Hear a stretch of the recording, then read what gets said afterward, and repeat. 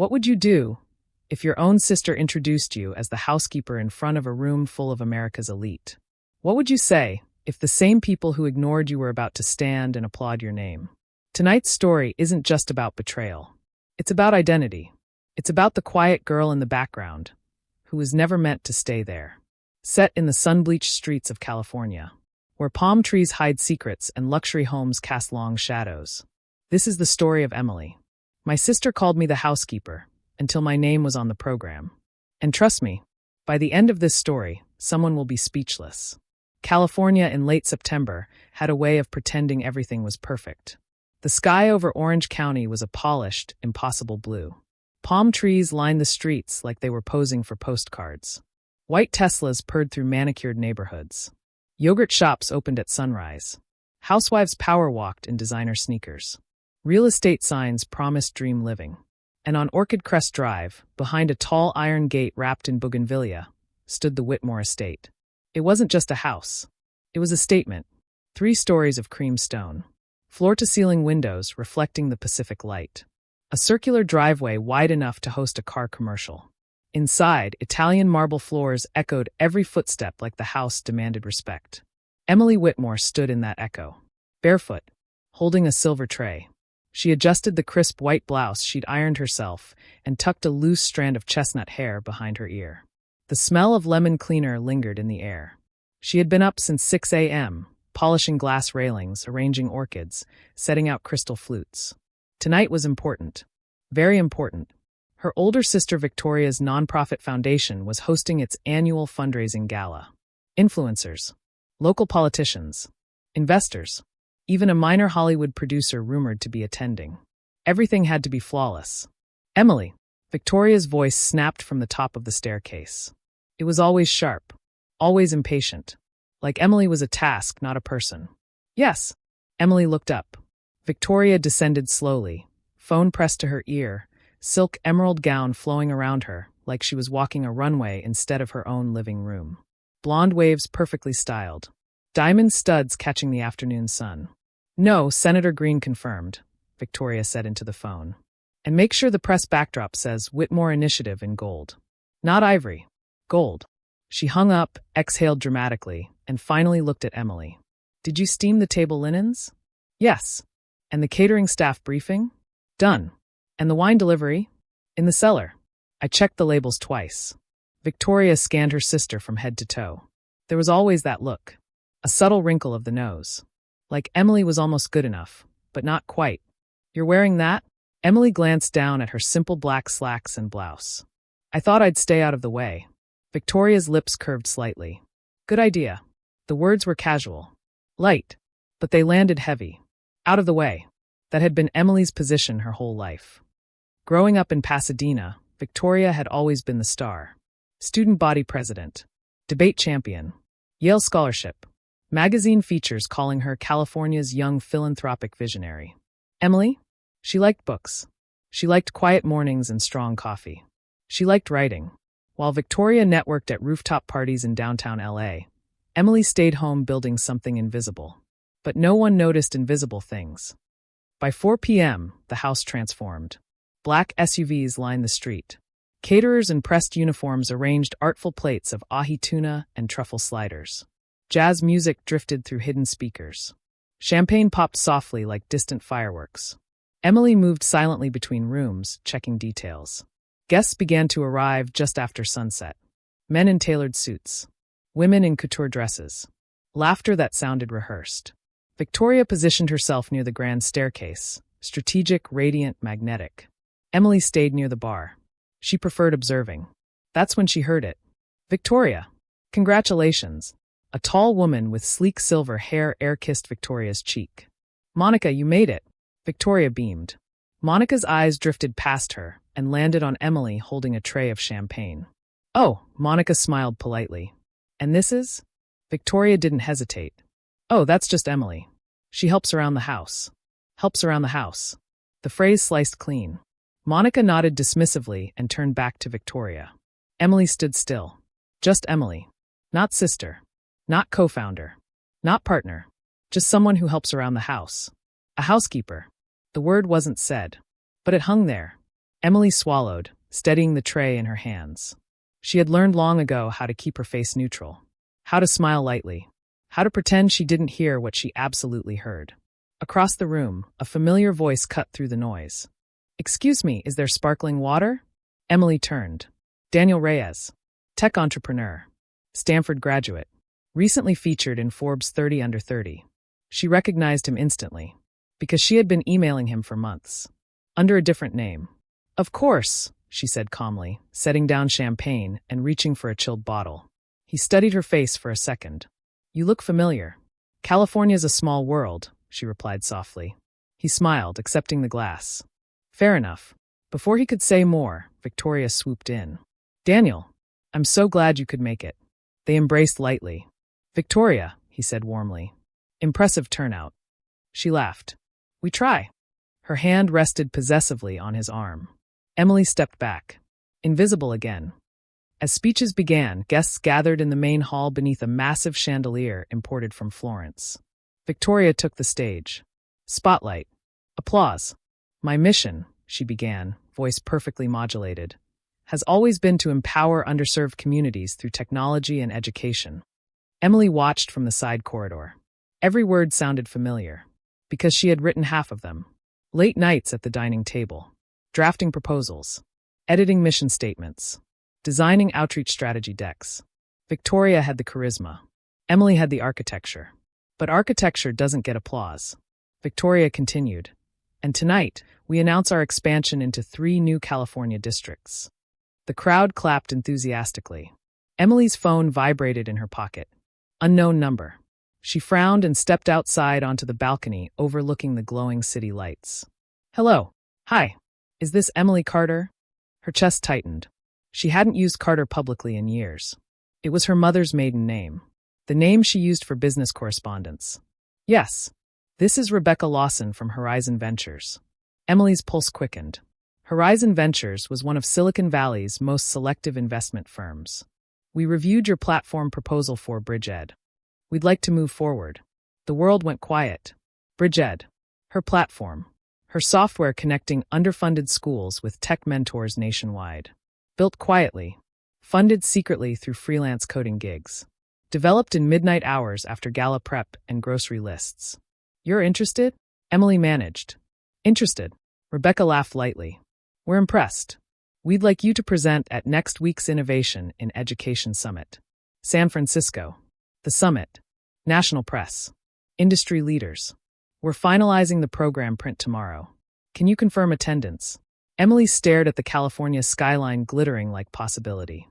Inside, applause thundered for Victoria. "Yes," Emily said firmly. "I'll be there." "Wonderful. We'll list you as founder and CEO of BridgeEd." Founder and CEO. The words felt foreign. Powerful. When she walked back inside, Victoria was finishing her speech.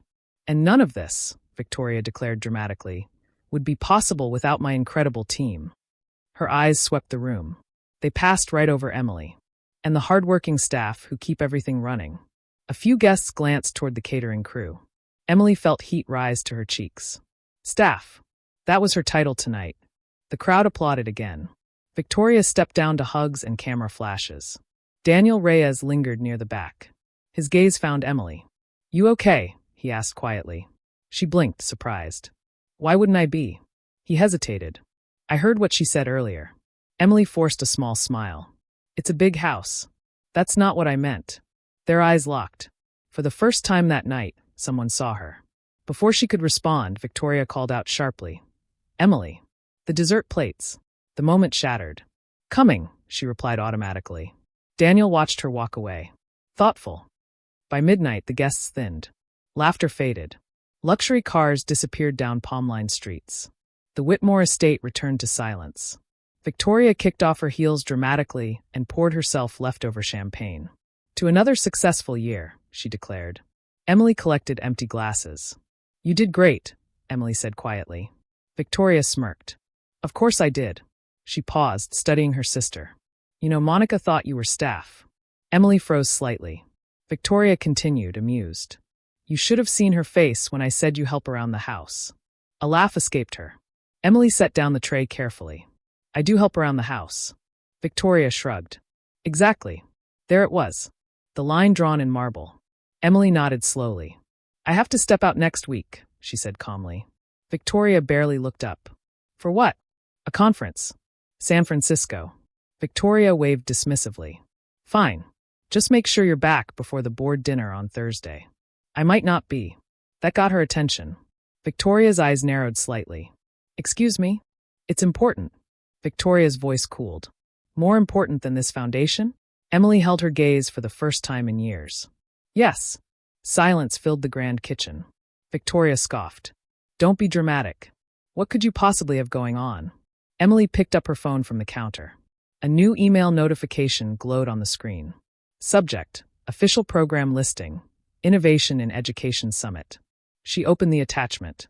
There it was. A digital mock-up of the event program. Keynote speakers, panelists, investors, and near the top, underfeatured founders.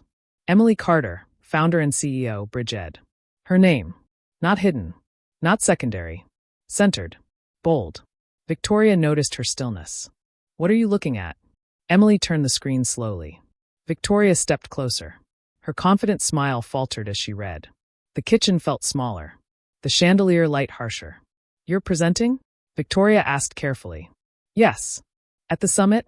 Her tone sharpened. Yes. Victoria's expression shifted, confusion, disbelief, calculation. You never mentioned this. You never asked. The air between them changed. For the first time, Emily wasn't standing in the shadow of the staircase. She was standing in her own light. Victoria straightened. Bridged, that's just that little side project you tinker with, right? Emily's voice was steady. No, it's not. Upstairs, the house creaked softly as if settling into a new reality. Victoria's jaw tightened. You're being ridiculous, she said. No one's going to take you seriously. Emily thought of Rebecca's voice, of Daniel's lingering look, of her name printed in bold. They already have. Victoria stared at her. And for the first time since childhood, she didn't look superior. She looked threatened. Outside, a cool ocean breeze moved through the palm trees. Change was coming.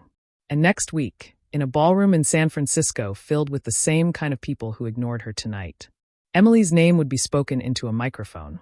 But what Victoria didn't know was that Daniel Reyes had also received the summit program. And he had circled one name, Emily Carter. And he was planning to attend, not as a guest, but as an investor. As Emily walked upstairs that night, she didn't feel like the housekeeper. She felt like a storm gathering quietly offshore. And storms in California have a way of changing landscapes overnight. San Francisco in early October carried a different energy than Orange County. Where Orange County shimmered with curated perfection, San Francisco breathed in contrasts. Fog rolled in like a slow-moving curtain call. Cable cars rattled over steep hills. Tech workers in hoodies lined up beside venture capitalists in tailored coats. The air smelled like roasted coffee, ocean salt, and ambition. Emily stepped out of her rideshare in front of the Grand Meridian Hotel near Union Square. Glass doors reflected her back at her. Navy-tailored blazer. Minimal makeup. Hair straightened and parted clean. A leather portfolio tucked under her arm. No tray. No apron. No one calling her name from across a marble staircase. Inside, the lobby buzzed with Innovation Summit electricity. Founders clustered around charging stations. Investors scanned name badges. Giant banners read, Innovation in Education Summit, Reimagining America's Future. Emily paused near the registration table. Name? The volunteer asked with a practiced smile. Emily Carter. The woman typed. Her eyebrows lifted slightly. Oh, you're one of our featured founders. The word echoed softly. Featured. She handed Emily a sleek badge with bold black letters. Emily Carter. Founder and CEO, Bridged. For a split second, Emily's fingers trembled. No one here knew her as someone's assistant. No one here knew her as someone's sister. She was just her. Back in Orange County, Victoria stood in her kitchen scrolling through social media. And there it was. The summit's official Instagram page had posted the program lineup. Swipe.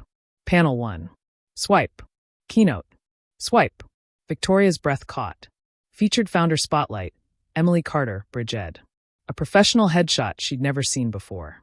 Confident. Composed. Sharp. Comments were already rolling in. Excited to hear from her. Bridget's data model is impressive.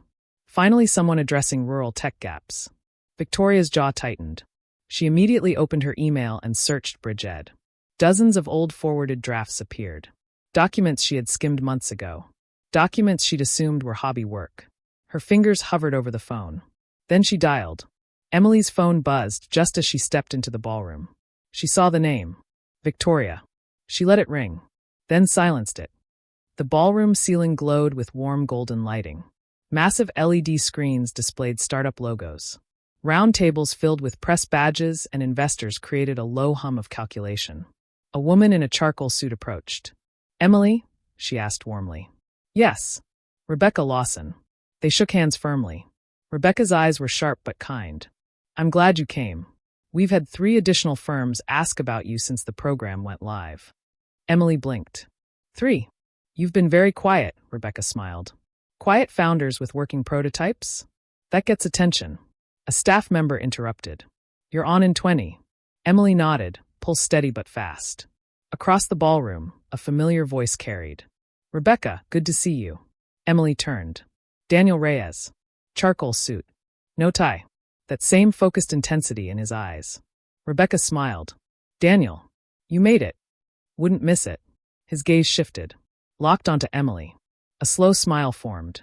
"So," he said, walking closer. "This is where you disappear to."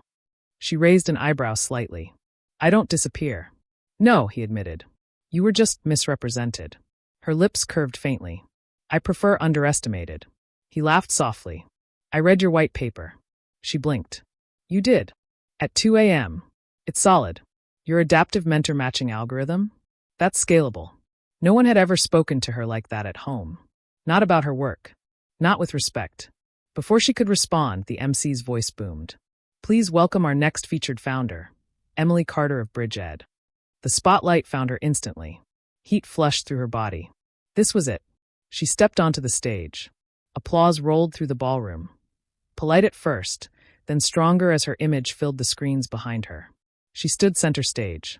Not behind Victoria. Not in her shadow. "Good afternoon," she began. Her voice was calm. Clear. "I grew up in California. In a home that believed in opportunity." She paused. "But I also saw how unevenly opportunity is distributed." Slides behind her displayed data maps. Rural school districts lacking tech mentors, dropout statistics, access gaps. "Bridget isn't charity," she continued. "It's infrastructure." Her slides shifted to the platform demo. Real-time matching system. Mentor onboarding dashboard. AI-driven curriculum adjustments. The room quieted. Investors leaned forward. "We don't need more speeches about empowering students," Emily said firmly. "We need systems that actually connect them." A ripple of murmurs. She wasn't dramatic like Victoria. She wasn't flashy. She was precise. Grounded. Authentic. "And we've already piloted in 3 districts," she concluded. "Test scores improved by 18% in 1 semester." Silence. Then applause. Louder this time. Sincere. Daniel didn't clap immediately. He just watched her, like he was recalculating everything he thought he knew. Back in Orange County, Victoria refreshed the summit livestream. The camera panned to Emily on stage. Confident. Composed. Applause swelling. Victoria muted the screen. Her chest felt tight. Her assistant entered cautiously. "Board members are asking if you're partnering with Bridget." Victoria's head snapped up. Why would they assume that? Well, same last name. And the summit page listed her as being based in Orange County. Victoria forced a thin smile. "Draft a statement," she said coldly, clarifying there is no formal affiliation. The assistant hesitated. "But isn't she your—" "I said draft it." After the panel, Emily stepped off stage into a blur of handshakes. "Impressive metrics. We should talk. Send me your deck." Rebecca pulled her aside. "Horizon is prepared to lead your seed round." Emily's breath caught. "That quickly?" "When something works," Rebecca said, "we don't hesitate." Daniel approached last. He didn't extend his hand. He just looked at her. "You didn't tell me," he said quietly. "I wasn't sure you'd believe me." A slight smile tugged at his lips. "Emily, I invest in people who solve real problems." He stepped closer. "And you're not someone who helps around the house." The words landed softly, but powerfully. She searched his face. "And what am I?" He didn't hesitate. "You're the architect." Silence stretched between them. Charged. Professional, but layered with something deeper. I'd like to come in on the round, he added. Personally. Her eyes widened slightly. That's not charity, he clarified. That's strategy. For the first time in years, Emily felt seen without explanation. I'll consider it, she said calmly. He grinned. Good. I'd be disappointed if you didn't. That evening, Emily stood alone near the hotel window overlooking the city lights. Her phone buzzed again. Victoria. This time she answered. What? Victoria's voice was tight. You watched. Don't flatter yourself. A pause. You embarrassed me. Emily turned slowly toward the window reflection of herself. How? People think I'm not involved. They think I missed something. You did. Silence crackled. Victoria lowered her voice. You built this while living in my house. Our parents' house, Emily corrected gently. You used my connections. I sent cold emails at 1 a.m. Victoria's tone hardened. You think this changes things? Emily looked at the skyline stretching endless and bright. It already has. Victoria exhaled sharply. You're still my little sister. And you're still underestimating me. A long pause. Then Victoria said something that shifted the air. You should check the revised program. Emily frowned slightly. What do you mean? Victoria hung up. A chill ran down Emily's spine. She opened her email. New message from Summit Coordination. Subject, updated panel schedule. She clicked. Her featured slot remained. But beneath it, a newly added closing keynote speaker. Victoria Whitmore, founder, Whitmore Initiative. Emily's pulse dropped. Victoria hadn't been on the program before. She must have leveraged connections. The closing keynote meant prime press coverage. Prime narrative control. And likely, a public framing of events. Emily's phone buzzed again. This time from Daniel. Looks like your sister just joined the stage. She typed back. I noticed. 3 dots appeared instantly. This just got interesting. Emily stared at the glowing city. This wasn't just sibling rivalry anymore. This was positioning. Control. Reputation. Victoria didn't step onto stages without strategy. And if she was closing the summit, she was planning something. Something public. Something definitive. Emily closed her laptop slowly. Across the bay, fog began to roll in, thick and quiet. Tomorrow, Victoria would take that stage. And for the first time, the sisters wouldn't be in the same room as Shadow and Spotlight. They would be equals. Or enemies. And only one of them controlled the final microphone. San Francisco woke up wrapped in fog. Not the dramatic kind you see in postcards, but the thick, heavy kind that swallows buildings whole and turns skyscrapers into shadows. The kind that makes you feel like the world is holding its breath. Emily stood outside the Grand Meridian Hotel at 6:30 a.m., a paper cup of black coffee warming her hands. The city felt different this morning. Quieter. Charged. Cable cars screeched faintly in the distance. A jogger passed with headphones in. A tech worker in a Patagonia vest rushed by, glued to his phone.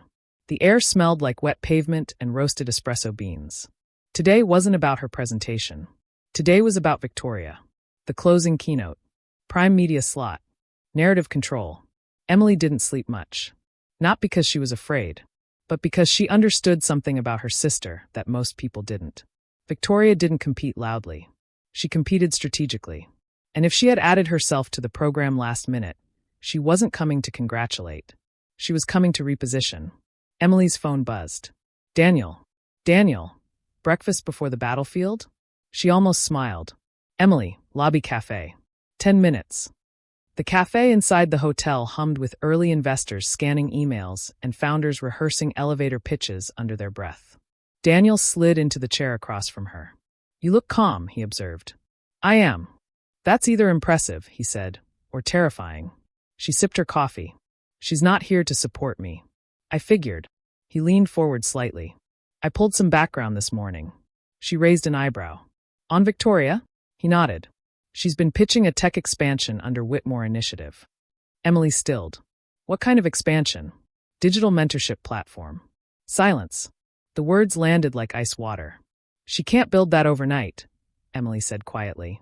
No, Daniel agreed. But she doesn't need to. She just needs to announce it. Understanding hit. Victoria didn't need a working product. She needed headlines. Whitmore Initiative launches National Digital Education Platform. Investors would assume it was connected to Emily's work. Confusion alone could dilute momentum. She's going to position herself as the visionary, Emily murmured. Daniel's eyes studied her carefully. You built something real. That matters. In press cycles? She asked softly. Sometimes it doesn't. He didn't answer immediately, because in Silicon Valley, perception often moved faster than proof. By noon, the ballroom was packed. Media crews adjusted tripods. Influencers refreshed lip gloss. Investors leaned back in leather chairs, calculating. Emily sat at a round table near the center. Not hidden. Not spotlighted. Watching. The MC stepped up. And now, please welcome philanthropist and founder of the Whitmore Initiative, Victoria Whitmore. Applause filled the room. Victoria walked out in a tailored ivory suit. Poised. Confident. Untouchable. She didn't look at Emily. Not once. Good afternoon, Victoria began, voice smooth as polished glass. Yesterday, you heard from innovators reshaping education. A subtle pause. Today, I want to talk about scale. Slides appeared behind her. Whitmore Initiative logo. Smiling children. Tech imagery. Charity alone cannot fix systemic inequality, Victoria said. We need integration between private capital and community infrastructure. The language sounded familiar. Too familiar. Emily's stomach tightened. Victoria clicked to the next slide. A mock-up interface appeared. Blue and white. Clean. Suspiciously similar in structure to BridgeEd. Gasps of impressed murmurs rippled. Today, Victoria announced, we are proud to unveil Whitmore Connect, a nationwide digital mentorship platform set to launch next quarter. Applause. Camera flashes. Emily felt heat rise behind her ribs. Whitmore Connect. Not launched. Not piloted. Just announced. Victoria continued. And we've already begun early partnership conversations. Her eyes scanned the room. Then, finally, landed on Emily. Just for a second. Long enough. Long enough to send a message. You're not the only one who can stand here. Daniel leaned toward Emily.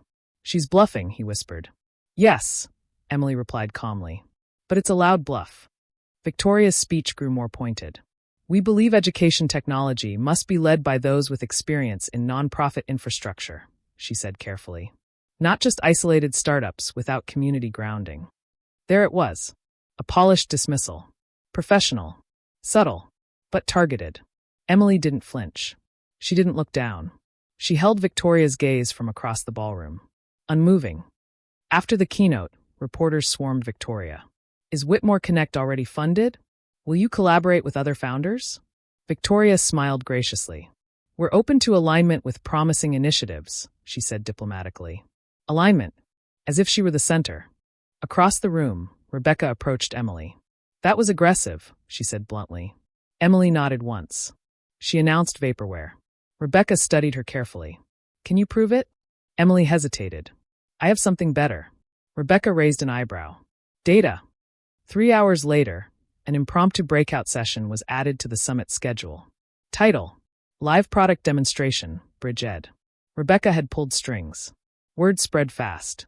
Curiosity filled the smaller conference hall. Victoria entered quietly near the back. No stage this time. No spotlight introduction. Just chairs. A projector. And Emily. She stepped up without dramatic music. No rehearsed speech. Just her laptop. Earlier today, Emily began calmly. A national mentorship platform was announced. No names. No accusations. BridgeEd has been operational for 9 months. She connected to the screen. Live dashboard appeared. Real-time student logins. Active mentor chats. Data flow graphs. Gasps. Whispers. This is not a mock-up, she said. This is today. She clicked into a rural Ohio district. Attendance improvement metrics. Reading comprehension growth charts. Mentor feedback videos. One student's recorded testimonial played softly. Before BridgeEd, I didn't know anyone in tech.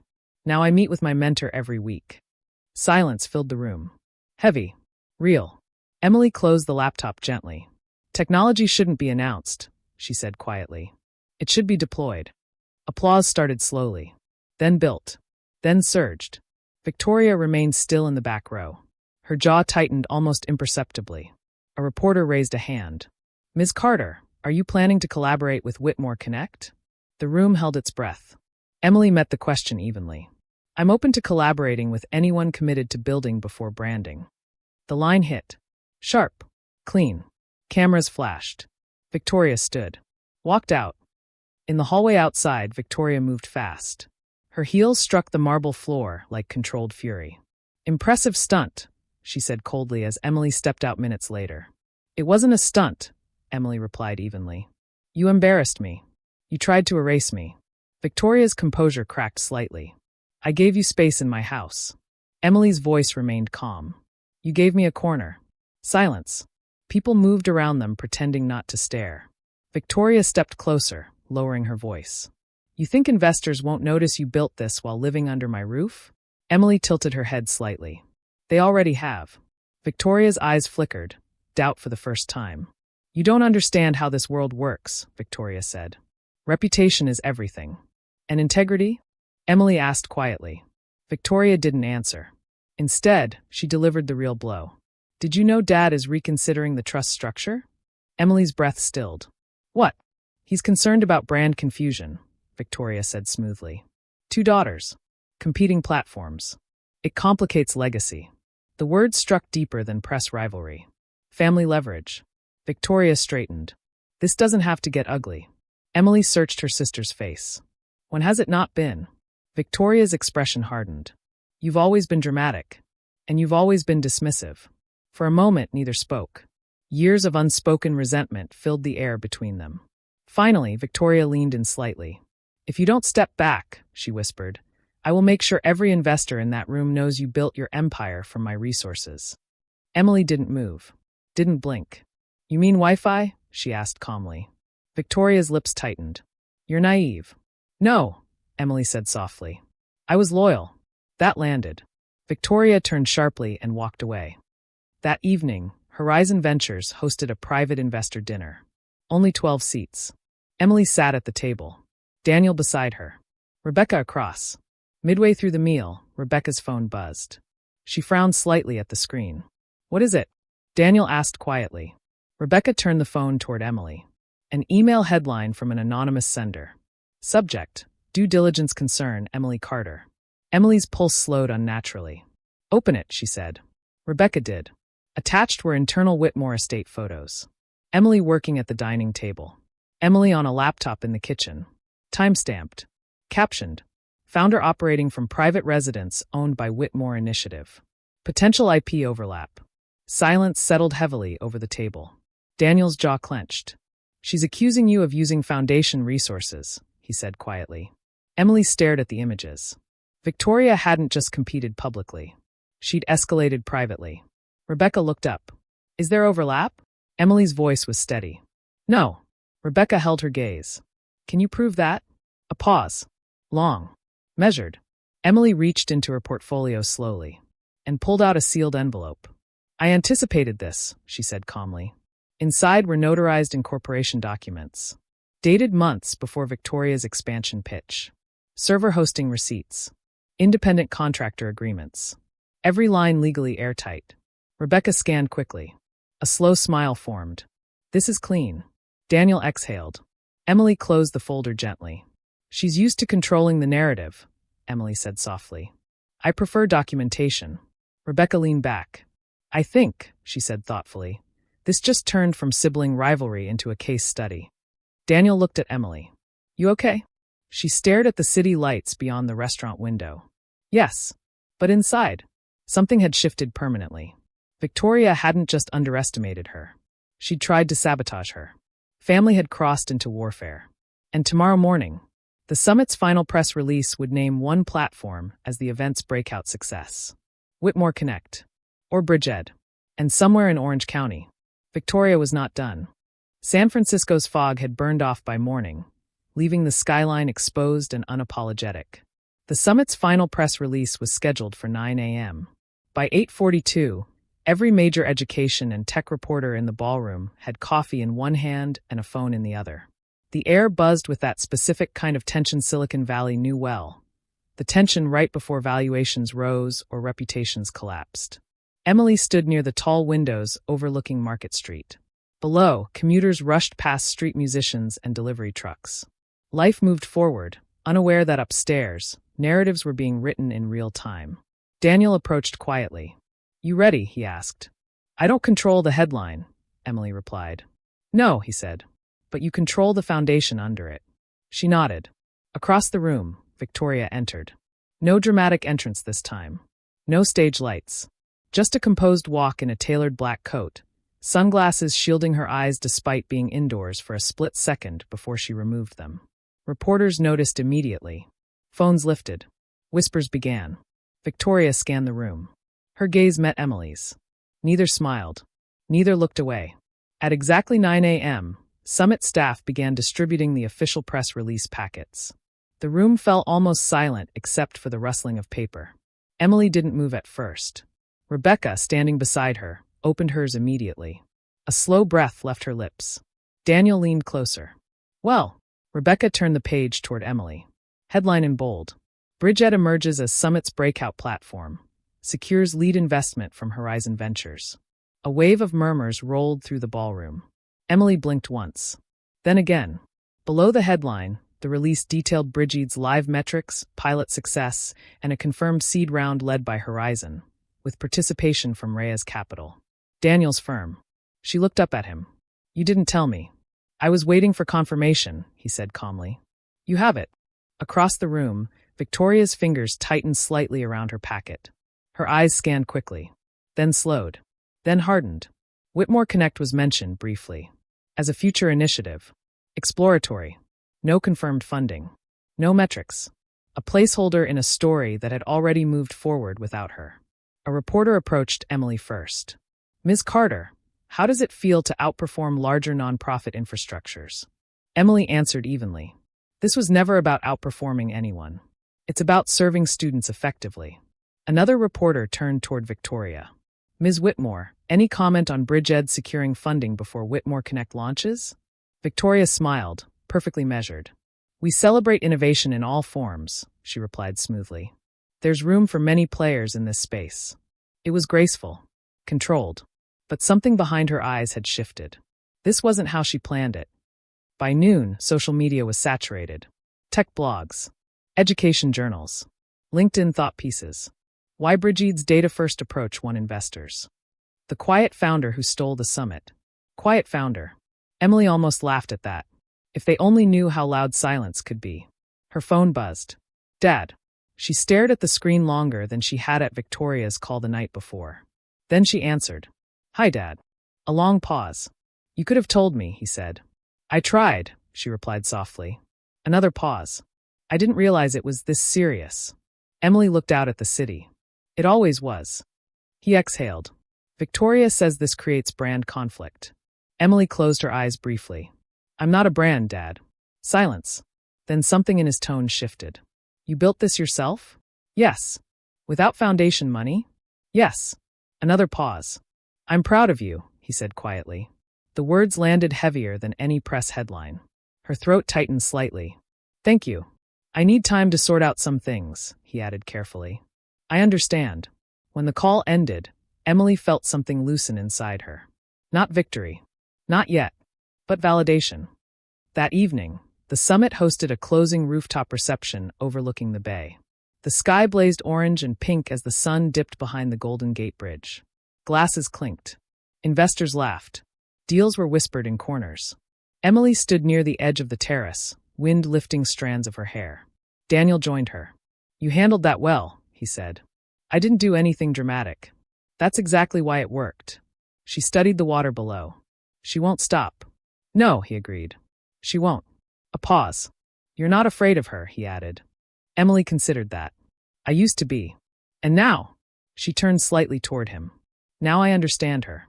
And she needs control to feel significant. Daniel's voice softened. And you? I need impact. Their eyes held. There was something growing there, not rushed, not reckless, but steady. Earned. Before the moment could deepen, a familiar voice interrupted. Emily. Victoria stood a few feet away. Alone. No reporters. No audience. Just sisters. Daniel glanced between them. I'll give you space, he said quietly, stepping away. Victoria approached slowly. The sunset cast long shadows between them. You've made your point, Victoria began. This wasn't about making a point. It never is with you, Victoria said sharply. You pretend you're above competition. I never wanted to compete. Victoria's jaw tightened. You embarrassed me publicly. You tried to erase me publicly. The wind picked up slightly. For a moment, neither spoke. Then Victoria's tone shifted. Less polished, more personal. You could have partnered with me. Emily blinked. You never offered. You never asked. Silence. You didn't need me, Victoria said, almost to herself. Emily studied her sister carefully. It wasn't anger she saw now. It was displacement. For years, Victoria had been the exceptional one. The headline. The pride of the family. Now there were two. And the spotlight didn't widen easily. I never needed to take anything from you, Emily said softly. Victoria looked away toward the horizon. You think this ends here? No, Emily replied calmly. I think this changes here. Victoria exhaled sharply. You don't understand how vicious this space can be. Emily held her gaze. I grew up in it. That landed. Victoria straightened, composure snapping back into place like armor. Congratulations, she said coolly. It wasn't warm. But it wasn't fake either. Then she added quietly, just remember, attention is temporary. Emily watched her walk away. The sunset dipped lower. Daniel returned. Truce, he asked. Temporary ceasefire, Emily replied. He smiled faintly. You know this funding round changes everything. Yes. You'll need to move. I know. Out of the house. She nodded. For the first time, that idea didn't feel terrifying. It felt necessary. 2 days later, Emily returned to Orange County. The palm trees looked the same. The house looked the same. But something in the air had shifted. When she stepped through the front door, Victoria was waiting in the living room. No hostility. No greeting. Just presence. You're really moving out? Victoria asked. Yes. So that's it. Emily set her bag down slowly. I can't build from here anymore. Victoria crossed her arms. You think distance will fix this? No, Emily said gently. But clarity might. A long silence filled the marble space. Then Victoria said something unexpected. Dad amended the trust this morning. Emily's stomach tightened slightly. How? It's being split equally. Control and assets. That was new. Victoria's voice remained steady. He says legacy shouldn't depend on hierarchy. Emily absorbed that. For years, everything had revolved around Victoria being first. Now the structure had changed. You're not angry? Emily asked quietly. Victoria's expression was unreadable. I'm adjusting. That was the most honest answer she'd given in years. Emily nodded once. I'm not your competition, Victoria. Victoria met her eyes, then stopped standing where I planned to. And there it was. Not hatred. Not cruelty. Just two women who had outgrown the roles assigned to them. Upstairs, Emily packed her laptop, documents, and a few personal belongings. No dramatic exit. No slammed doors. Just movement. As she wheeled her suitcase toward the front door, Victoria spoke again. Emily. She paused. Victoria hesitated, just briefly. If you fail, she said carefully, don't expect me to clean it up. Emily's lips curved slightly. If I fail, she replied calmly, it'll be mine. She stepped outside into the California sun. Palm trees swayed gently. The gate opened. And for the first time in her life, she wasn't leaving as the housekeeper. She was leaving as the founder. But across town, in a quiet legal office, Victoria had just scheduled a meeting with a firm known for aggressive acquisitions. And Bridget, now publicly valued, had become something else entirely. A target. Orange County didn't look different the morning Emily moved out. The sun still rose over the Pacific like it had nowhere else to be. Surfers lined the early waves. Luxury SUVs filled school drop-off lanes. Smooth jazz played softly in upscale cafes where conversations revolved around real estate and returns. But for Emily, everything had shifted. She wasn't driving back to Orchid Crest Drive. She was driving to a small leased office space in Irvine. 3rd floor, glass windows, neutral carpeting, slightly too loud air conditioning. It wasn't glamorous. It was hers. The name on the temporary door plaque read, Bridget Technologies. She unlocked the door herself. No staff yet. No assistant. Just folding tables, 2 rented desks, 3 laptops, and a whiteboard filled with expansion timelines. She placed her bag down slowly and looked around. Quiet. Unpolished. Free. Her phone buzzed. Rebecca, you've seen the market chatter? Emily frowned slightly. Not yet. You should. She opened Twitter. LinkedIn. TechCrunch. The first headline hit immediately. Whitmore Capital forms strategic tech acquisition arm. Emily's pulse slowed. Whitmore Capital. That wasn't the nonprofit. That was the family's private investment branch. Victoria's territory. The article continued. Whitmore Capital has announced the formation of Whitmore Digital Ventures, focused on acquiring and scaling promising education technology startups across the United States. Emily leaned back in her chair. Acquiring. Scaling. Across the United States. Rebecca's voice sharpened slightly through the phone. They're building a fund. Fast. How fast? Fast enough to move before your Series A. Emily's mind began calculating. Victoria wasn't going to compete head-to-head anymore. She was going to buy the market. And if Bridgeed grew fast enough, it would either be acquired or crushed. Across town, inside a sleek Newport Beach office overlooking the marina, Victoria sat at the head of a glass conference table. Lawyers, financial advisors, analysts. A large screen displayed projected acquisition targets.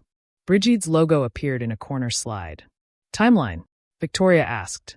3 to 6 months, one analyst responded. If growth continues at current rate. And if we approach earlier? The room hesitated. It may look personal, a lawyer said carefully. Victoria's gaze was steady. It's strategic. No one argued. They knew better. Back in Irvine, Daniel walked into Emily's office carrying 2 coffees. Your receptionist looks invisible, he joked lightly. I fired her, Emily replied dryly. He handed her a cup. They're building a fund. I saw. He leaned against the desk. They'll start buying smaller competitors. Consolidating influence. And then, she asked. Then they'll position Whitmore Connect as the umbrella. Emily stared at the whiteboard. They don't have a product. They don't need one if they own everyone else's. Silence settled heavily. Daniel studied her carefully. You could sell. The words hung in the air. Sell. Walk away wealthy. Avoid the fight. Emily's jaw tightened slightly. No. He nodded once. I didn't think so. She turned toward him. Why invest in me, Daniel? He didn't hesitate. Because you build things that work. That's not what I asked. A quiet pause. Because you don't chase applause, he said more softly. You chase outcomes. Her eyes held his. And that matters to you? It's rare. The air shifted slightly. Not romantic. Not yet. But intimate and understanding. Her phone buzzed again. Unknown number. She answered. Ms. Carter, a polished male voice asked. This is Thomas Lang from Whitmore Digital Ventures. There it was. I'm aware of your new arm, Emily said evenly. Excellent. Then you understand our interest in exploring alignment opportunities. Alignment, she repeated. We believe Bridgeed could scale nationally under our infrastructure. Translation cell. And if we're not interested? She asked calmly.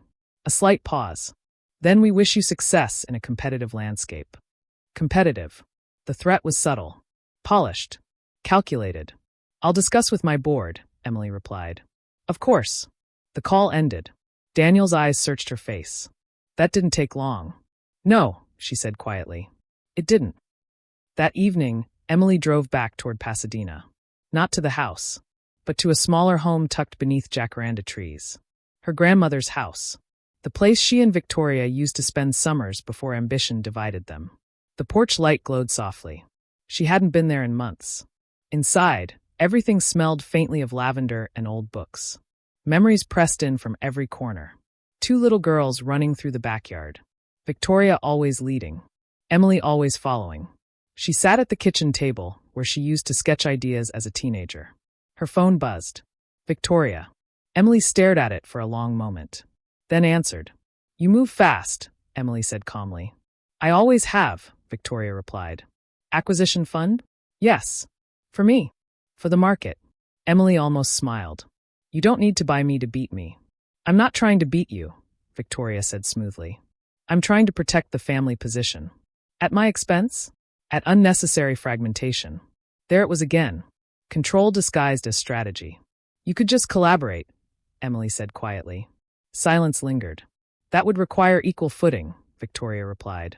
And, Victoria exhaled slowly. You've never understood leverage. Emily's voice remained calm. And you've never understood restraint. Another pause. You can't outscale me, Victoria said finally. Emily looked around the quiet kitchen. At the old photographs on the wall. At 2 sisters smiling without calculation. I don't need to, she replied. Victoria's tone sharpened slightly. You're emotional about this. No, Emily said softly. I'm intentional. The line hung between them. Victoria's final words were colder. You'll regret not taking the offer. The call ended. 2 weeks later, Brigide's user numbers doubled. 3 new districts signed on. Horizon Ventures increased marketing support. Daniel's firm opened introductions nationwide. Momentum was real, but so was pressure. Whitmore Digital Ventures began acquiring smaller mentorship startups. News headlines shifted. Whitmore expands EdTech portfolio rapidly. Investors began asking questions. Will Bridged join the Whitmore ecosystem? Speculation grew. Then one morning, Emily received a certified letter. Official. Legal. Subject line. Intellectual property concern. Victoria had escalated again. The claim was technical, alleging structural similarity between Whitmore Connect mockups and Brigide's interface, implying possible shared origin during Emily's residence at the estate. Daniel read the document carefully. They're not accusing directly, he said. They're creating uncertainty. Uncertainty slows funding, Emily murmured, and pressures acquisition. She leaned back in her chair. They're trying to exhaust me. Will it work? She thought of her grandmother's kitchen, of building alone at midnight, of standing on that stage in San Francisco. No, she said calmly. Daniel watched her carefully. You're not angry. I am, she admitted. But anger isn't strategy. A small smile touched his lips. Good. That evening, Emily drove to Orchid Crest Drive for the first time since moving out. Not invited. Not announced. The gate opened slowly. Victoria was in the living room reviewing documents when Emily walked in. No hostility in her posture. Just purpose. You sent legal counsel, Emily said evenly. Victoria didn't look up immediately. You built under my roof. I built under Wi-Fi. Victoria's lips pressed thin. You could end this. So could you. Silence stretched. Then Emily stepped closer. I won't sell, she said clearly. And I won't collapse. Victoria finally looked up. Their eyes locked. And if I acquire every partner you rely on, then I'll build new ones. And if I undercut pricing, I'll improve value. And if I go public first, Emily's voice lowered slightly. Then I'll still be real. That word hit harder than shouting. Real. For a fraction of a second, something flickered in Victoria's eyes. Not anger. Not superiority. Fear. Fear that this wasn't about leverage anymore. It was about legitimacy. You're stubborn, Victoria said quietly. No, Emily replied. I'm done shrinking. Silence. Heavy. Years of imbalance recalibrating in real time. Finally, Victoria stood. You think this is about the summit? It never was. Victoria studied her sister for a long moment, then said something that shifted everything. Do you know why I called you the housekeeper? Emily's chest tightened slightly. Because it was convenient. Victoria's voice lowered. Because if you were just helping, then I didn't have to compete with you. The admission hung in the air. Raw. Unfiltered. For the first time in years, there was no polish in Victoria's tone. Just truth. Emily absorbed it quietly. I never wanted your spotlight, she said softly. Victoria gave a hollow laugh. That's what makes you dangerous. Outside, the wind moved through the palm trees. 2 sisters standing in a marble living room that once felt permanent. Now it felt transitional. This isn't over, Victoria said finally. No, Emily agreed. As Emily walked toward the door, Victoria spoke one last time. There's a board meeting next week. Emily paused. Whitmore Capital's senior board. She turned slowly. You've been nominated. Emily's pulse dropped. By who? Victoria held her gaze. Dad. Silence filled the room. A seat on the board meant access. Power. Influence over acquisition strategy. Including Bridged. Why? Emily asked quietly. Victoria's expression was unreadable. Because if you're going to fight me, she said evenly, you might as well do it from inside the room. The door closed softly behind Emily. The California night felt different. Colder. Sharper. The battlefield had shifted again. Next week, she wouldn't just be a founder. She would be sitting at the same table that was trying to acquire her. And that kind of proximity changes the rules entirely. Orange County mornings had a way of looking harmless. The sky stretched endlessly blue. Sprinklers ticked across manicured lawns. Teslas hummed silently through gated communities. The Pacific shimmered in the distance like nothing bad had ever happened here. But inside Whitmore Capital's headquarters in Newport Beach, the air felt different. Controlled. Cold. Decisive. Emily stood in front of the glass building at 8:15 a.m., sunlight reflecting off its mirrored surface. For a moment, she saw herself reflected back, not as the girl holding a silver tray, not as the quiet sister in the hallway, but as founder and CEO. Board member nominee. Target. Threat. She walked inside. The lobby smelled like leather and espresso. A wall-sized digital screen displayed Whitmore Capital's portfolio companies. Acquisition milestones scrolled in subtle gold font. At the top corner, Whitmore Digital Ventures, accelerating educational innovation. Accelerating. Or absorbing. A receptionist smiled politely. Ms. Carter, the board is expecting you. No one said sister. No one said housekeeper. Just her name. She walked toward the conference room. Inside sat 8 board members, seasoned investors, legal minds, family trustees. And at the head of the table, Victoria. Impeccable navy suit. Hair pulled back. Expression unreadable. Their father sat 2 seats down. He looked older than Emily remembered. More tired. The door closed. The meeting began. Today's primary agenda item, the chairman announced, is strategic alignment within the education technology portfolio. A slide appeared. Brigid's logo. Emily didn't flinch. An analyst began speaking.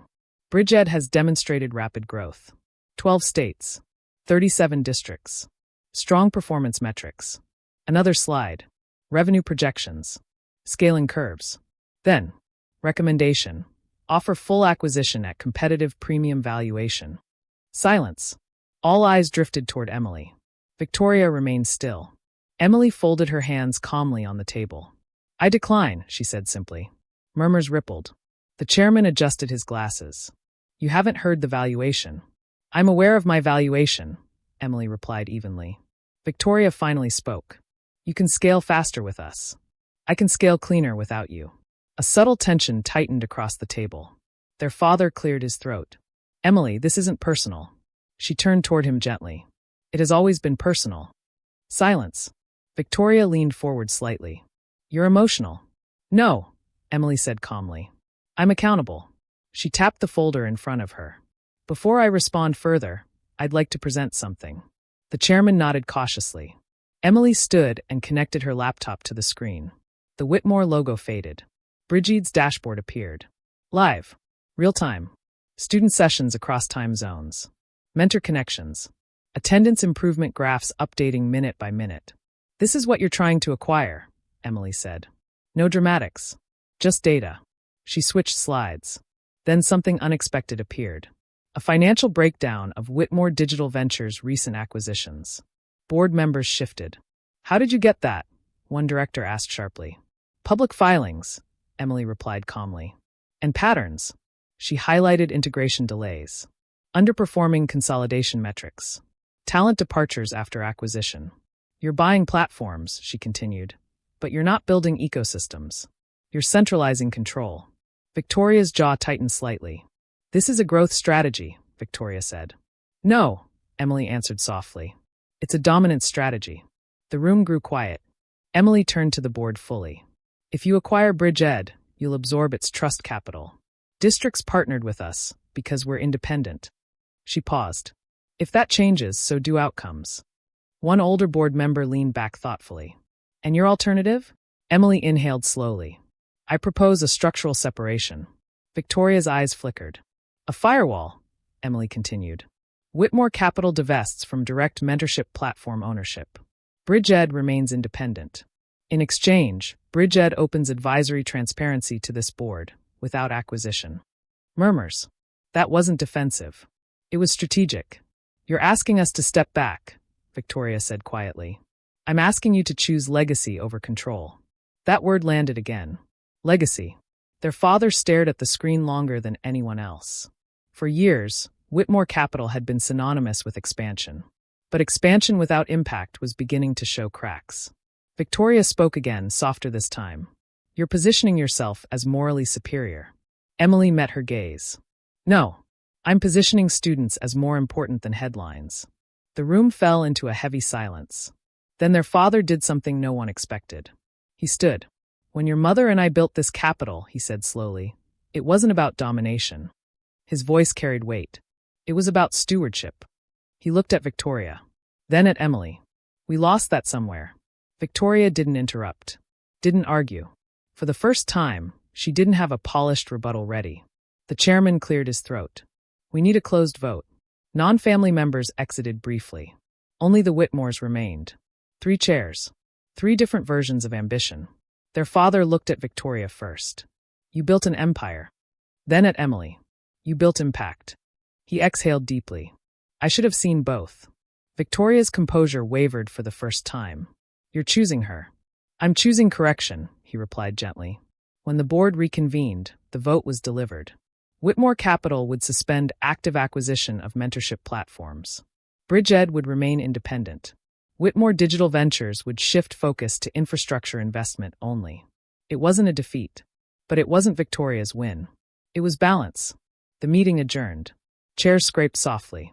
Board members filtered out. Only the sisters remained in the room.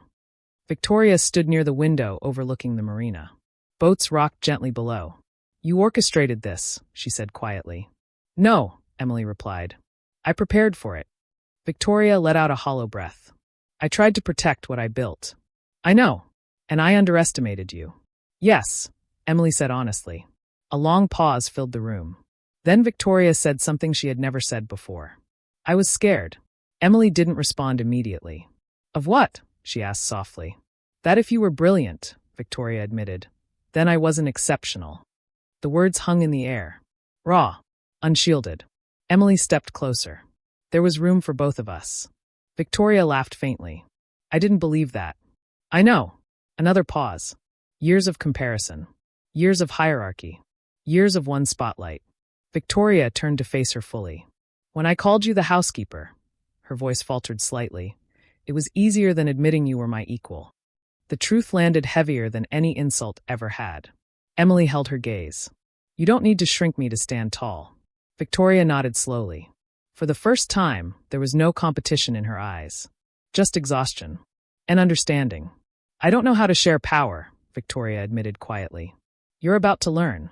A small, reluctant smile touched Victoria's lips. Don't get arrogant. Emily smirked slightly. Don't get threatened. They stood there for a moment, not as rivals. Not as shadows, but as 2 women recalibrating. 3 months later, Bridgeed expanded to 18 states. Whitmore Capital restructured its public image around ethical investment. Victoria shifted her energy toward policy advocacy rather than platform ownership. The headlines changed. Not explosive. Not dramatic. Sustainable. One evening, Emily attended a National Education Award ceremony in Washington, D.C. This time, Victoria was in the audience. Not competing. Just watching. When Emily's name was announced. Founder and CEO of Bridgeed, Emily Carter. The applause was genuine. Strong. Earned. Emily stepped to the podium. Bright lights.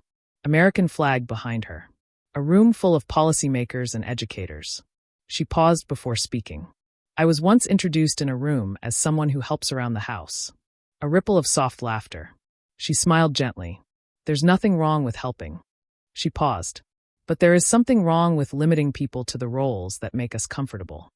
Silence deepened. Innovation doesn't always announce itself loudly. Sometimes it builds quietly, in corners at kitchen tables after midnight. Her voice remained steady. And sometimes the people you overlook are the ones building the future. Applause rose again. In the audience, Victoria didn't look threatened. She looked reflective. When Emily stepped off stage, Victoria approached her. No cameras close enough to capture the moment clearly. You did well, Victoria said simply. Thank you. A pause. You never were the housekeeper, Victoria added quietly. Emily held her gaze. No, she said gently. I was always the architect. Outside, Washington's night air felt crisp and alive. But back in California, palm trees still swayed the same way they always had. The difference was this. Emily no longer lived in someone else's shadow. And Victoria no longer needed one to shine. Underestimation can either cage you or forge you. Titles given by others do not define you. Work done in silence still echoes. And sometimes the most powerful revenge is simply becoming undeniable.